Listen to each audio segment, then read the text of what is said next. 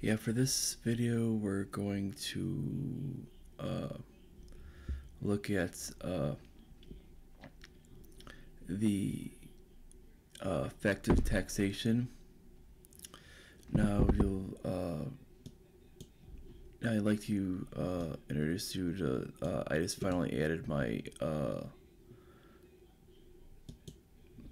Patreon. I'm gonna add that right into my chat right now for those who are anybody who comes in watching. You're probably gonna see the little bit of a post, but that will be my actual that will be my Patreon for anyone who wants to donate. You'll actually see the different levels of donation, and I'll get to every time I get a donation, I'll deal with each level and how it comes in.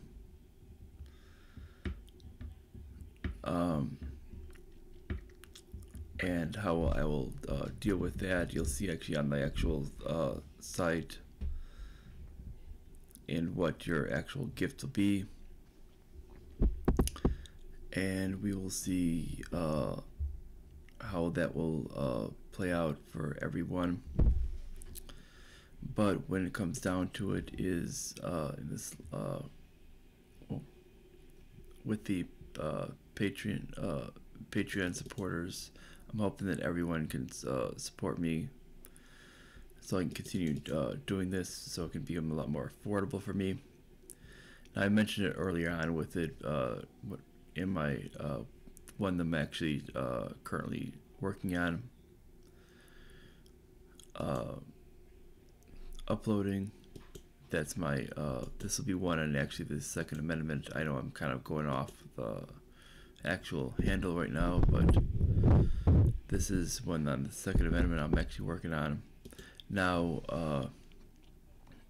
I'm sorry with the actual video quality on this, but for some reason my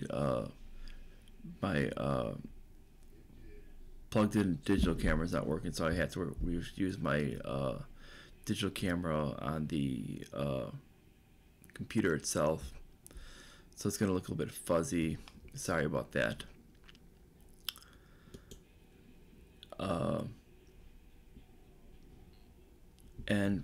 So when it comes down to that, with anybody that can donate will help a lot.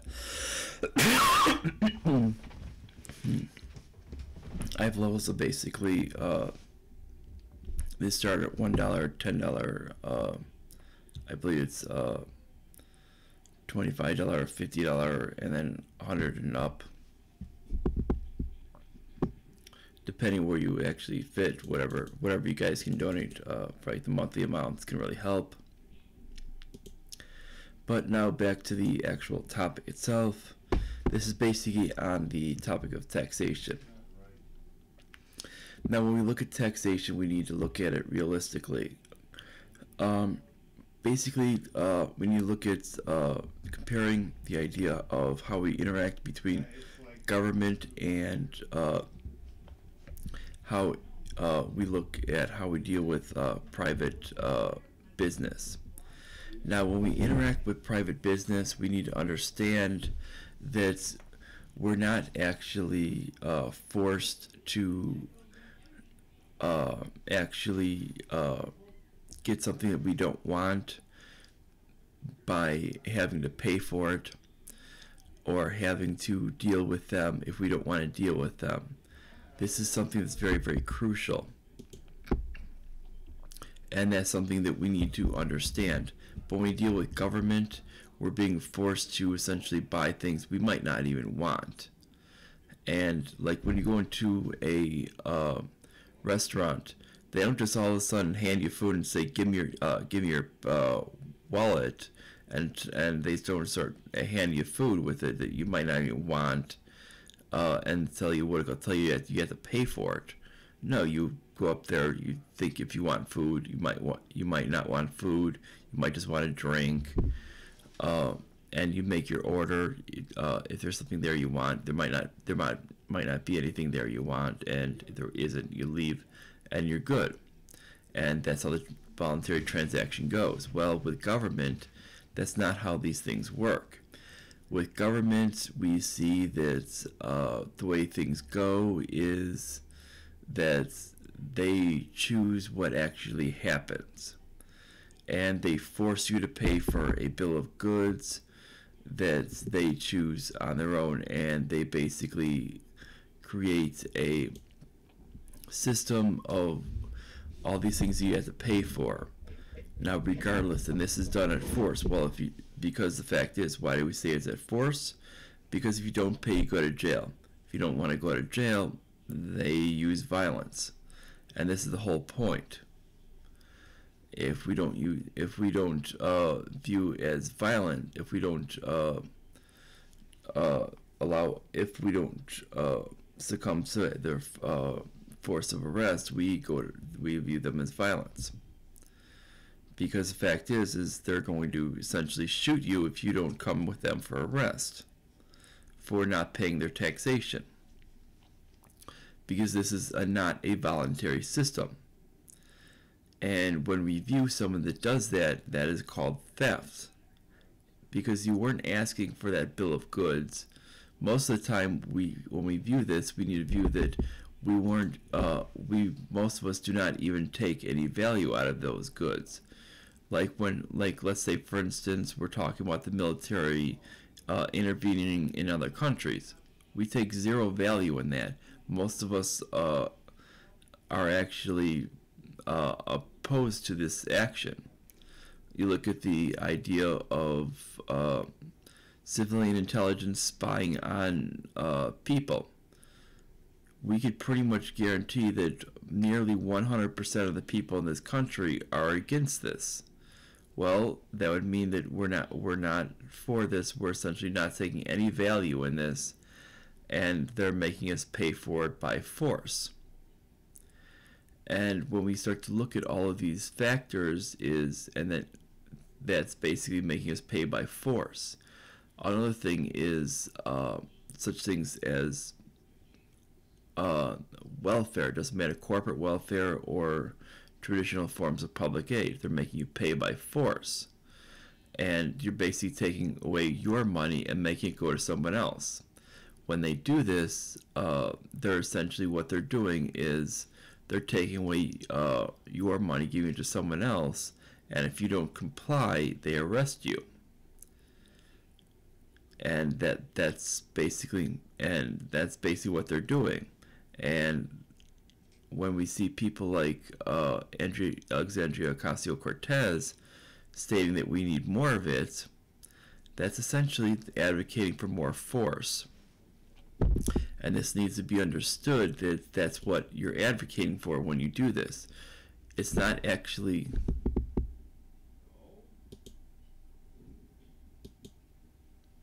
Let me restart this because this is for some reason not reacting right. Let me see if I can't get my actual camera switched. Properties. And it's not working.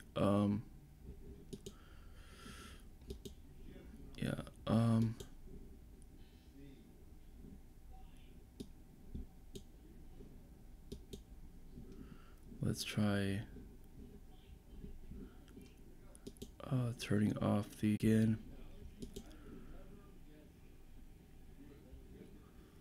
Yeah, because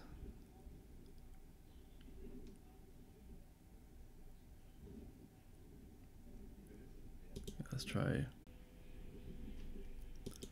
I don't know.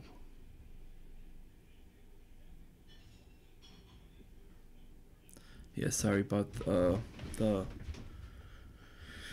break in that, but there was some type of error, and there was just a mistake on some type of problem. But basically what we have is the when we look at the AOC having her thing, is she basically is advocating for more of these programs, and that's basically all it's doing, is it's creating more problems of compulsory payments, which from people, which is basically theft. Now, what needs to happen with it is people need to view it more as being able to pay as you would in the private industry. When we view the way we deal with private industry, we aren't forced. Such as when we deal with a charity, you aren't forced. Now, this is something which is greatly different. Now, when we deal with a lot of these different parts of the government, we're going to see that much of them could actually be funded by a consumption tax, number one. And number two is we could actually get rid of much of the problems of them by actually eliminating the issues such as let me just restart the whole thing, because this whole thing is basically or no, I could probably just continue with this, because the whole thing is looks like the whole thing is going to be elapsed through, so never mind. It looks like the whole thing's elapsing through, so scratch that, because I see the elapsed time anyway. So basically what it is going to be is they'll basically create a issue with the they'll basically create an issue with how they deal with the government would basically be through these consumption taxes. Now, the consumption tax is basically going to be where everybody pays based off a certain percentage. And it would be an even percentage for everybody, doesn't matter business or whatever. And that's going to be a lot different from what we're doing right now. Now, there's not going to be a progressive tax. There's not going to be an even tax. There's not going to be viewed as an even tax or any type of anything like that. It's not going to be based on income whatsoever. It's going to be based on what you're actually spending. Now, this is really, really important to realize. When we're realizing this factor, this is going to be based on what you're spending. So those who are actually spending more on the input are going to actually be spending more on taxation. Now, people are going to be spending, oh, does that mean that people at the bottom are going to be spending more? Technically, no. Actually, businesses are actually going to be spending much more because they actually bring in much more revenue, which means businesses are actually going to have much more spending when it comes to actually taxation. So that means actually they're going to be taking the blunt of the taxation for the market, but you're going to be paying it on the back end. But because it's going to be paid on multiple levels, what's going to happen is it's probably going to be reduced. Now, the way to actually reduce the amount that people are going to pay and how it's going to impact people, we're going to have to go to essentially reducing the amount that the government functions at. This means we're going to have to eliminate anything that would be compulsory in action, which means taking money from one person and giving it to another. Anything that would be within that action, that means anything that falls out of the hands of what we talked about earlier today, which is about governing out of reason, would have to go to the wayside. That means we would have to eliminate anything that's on charity. That's out of the realm of governing out of reason. All public aid, all subsidies, all foreign aid, all foreign alliances, anything like that would have to go to the wayside. Basically, you'd have to go to a bare bones government and allow people to deal with others in a very, very normal manner. And you'd have to go to what the original system was meant to have. And for those who could not hold up their constitutional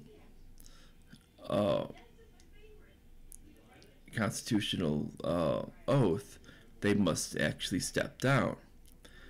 Which is why I make the actual argument that socialism is not constitutional because of the 13th Amendment.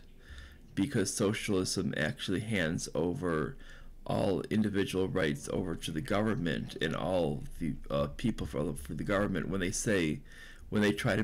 find socialists trying to make the argument saying it's the people voting directly for the government, it's the people of the government. No, it's the people owning the government. It's not. It's actually the government owning the people, and that's the whole problem that we're dealing with here. And that's where we need to understand where the issue's at. And the whole issue is that when people don't understand this, is that there's a whole area where people aren't understanding that it totally negates that socialism totally negates reason, number one, and it eliminates this idea that the actual government can exist within the bounds of a system to where it doesn't violate the ability for someone to function without being having their money stolen. And people should be able to exist in a system to where they don't have their money stolen from them. There should be voluntary, which means when you make a transaction, it is perfectly fine for the government to have deals within the consumer and the actual business owner as a three-way deal to create some type of revenue for actually functioning, and that's perfectly fine as a three-way deal. In every transaction, that would be perfectly legal and perfectly legit. But what is not legit is when they state that we're going to take your income, we're going to basically decide who wins, who loses, and we're going to give it out to other people. We're going to make these decisions against your will, and when we start to do this with it, we're going to do this against the actual Constitution, which is the actual guidelines that state it. We're going to do it against the actual writings of the founders that actually state specifically otherwise than what we should be doing. And that's where we actually have problems. Now, this is why we have people claiming that taxation is theft. And when we have people going as far as Alexandria Ocasio-Cortez claiming that we need a 70% tax on certain people, I mean, to pay for a plan, and she doesn't explain how the rest of her plan is supposed to be paid. Well, guess what? That's not enough money.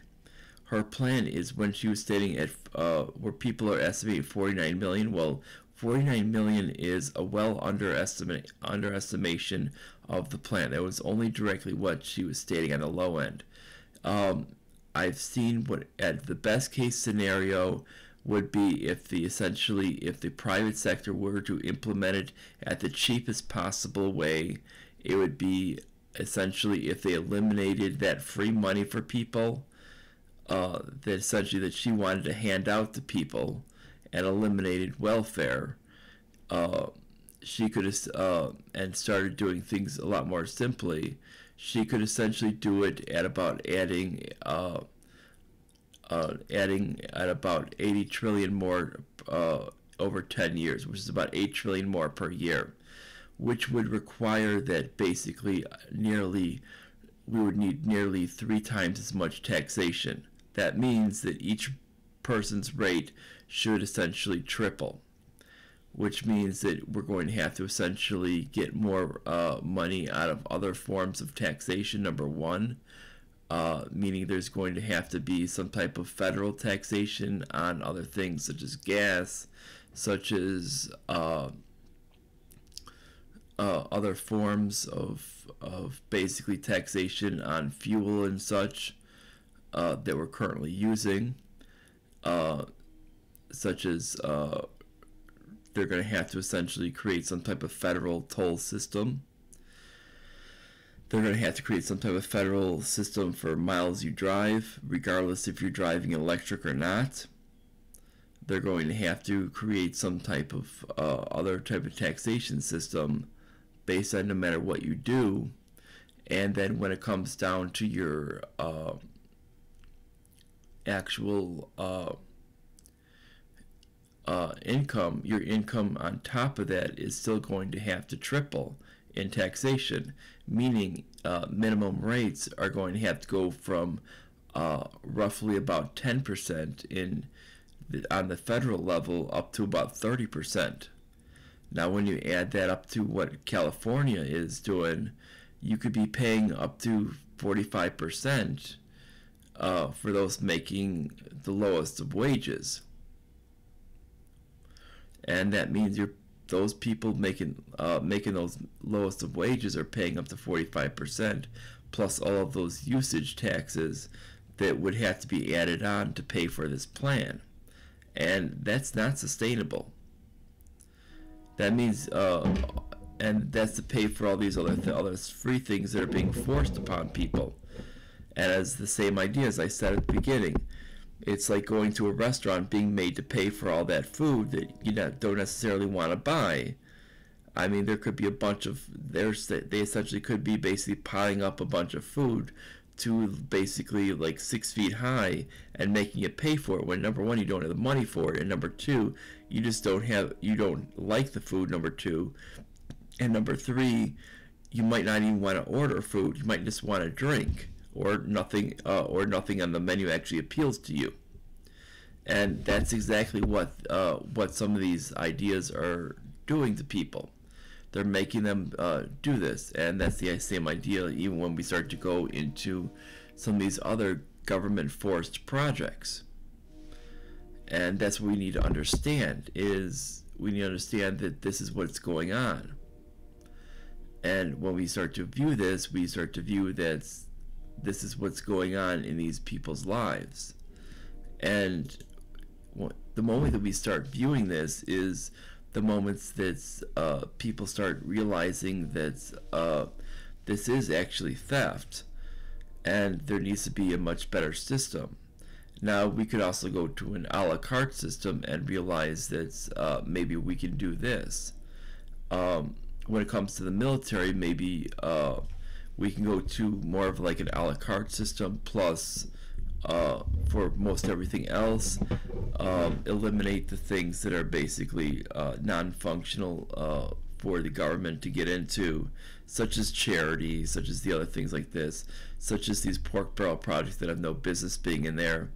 And then when it comes to the military, maybe we start viewing that as an actual function, but what we do is we start having an actual debate of actually getting back down to the original constitutional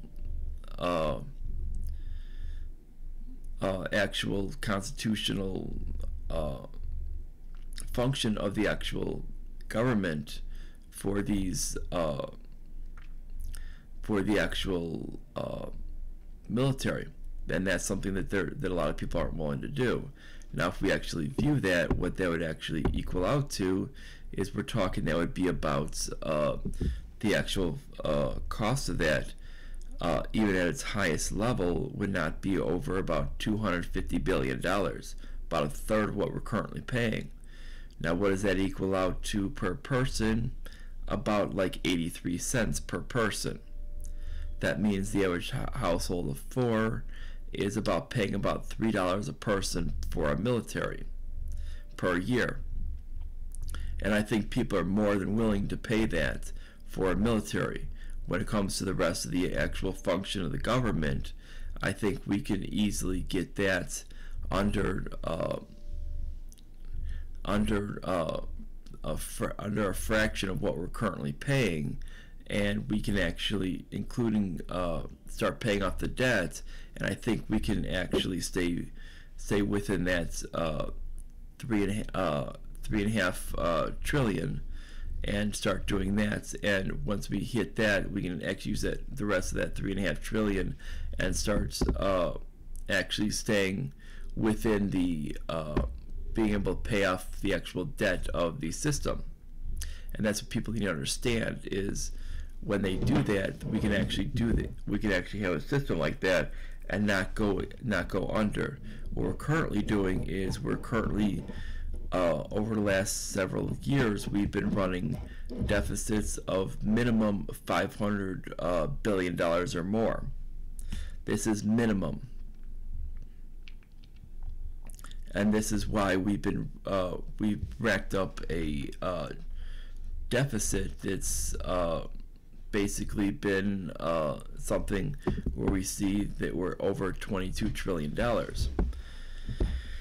And we can't do that.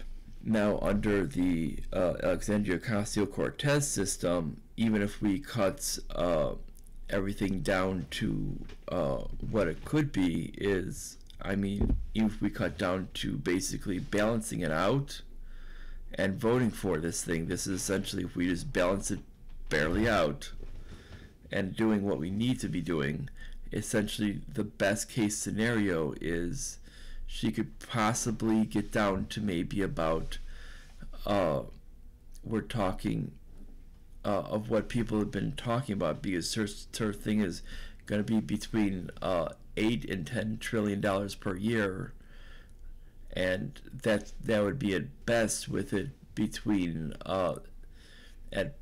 we're talking pretty much, we could probably put maybe $1 trillion a year toward it, and that means we're talking between $7 to $9 trillion over. You put that over just even a 4-year period, that's adding between 28 to $36 trillion. Now, mind you, we've already added $22 trillion. That's more than we've already added. And she says, but let's use the modern monetary theory. The modern monetary theory is complete and utter hogwash, because that doesn't equate out to anything, because it doesn't allow you to trade with any other country, because they're not going to consider your currency as anything but garbage. And that this is why when we view taxation, we need to understand that basically it's nothing but theft. And at all its cases with it is, you need to say, it's not does someone need that money, it's the fact is that person has earned that money and that is theirs. It's not the fact is, do we think someone else could and it's not making the case. Now I'm trying to make a case of could it help the poor more, or any of these other cases. It's that person's personal property. We do not have, nobody has the actual moral right to decide whose property is whose in any such manner. That's not the role of anybody, because when you start doing that, you're starting to enter in the world of theft, and you're basically engaging in theft from a position of power. And you're basically saying, I'm going to steal your stuff because I have the power to steal your stuff. And that's all you're doing with it. When you view it from an actual rational position, you need to view it as such. And that's what we're talking about here, is what we're talking about when people are doing this. They're basically stating, I'm going to steal your stuff because I have the power to do it, and no one's going to stop me. And they're stating, because I have the law behind my sides. Well, when you do that, that really sounds like a really, really corrupt person. That sounds basically like they need to be going to jail. And that's basically what the government is doing. And that's what these politicians are doing. And it doesn't matter that they're trying to use some moral argument and judging on feelings. When we actually start breaking it down into a rational decision, it shows that they have no rationale behind their actual decision, that it really is just theft. When you start to actually remove all of these feelings out of the actual decision, because you can't judge anything by feelings. Now, if you like this, like, subscribe, click the notification bell. I'm sorry about this being a little bit shorter, but because there have been a little bit of errors with this one. But like, subscribe, click the notification bell, share it all the way on social media. Make sure that you check out my Patreon and donate with it. I'll make sure to make a bulk mention of the $1 people and so on and so forth. For the $10 people, I'll mention their usernames for those people, if not their actual names they give me on the Patreon. Please, if you donate on there, if you have a username on there with it, if you have a username on one of the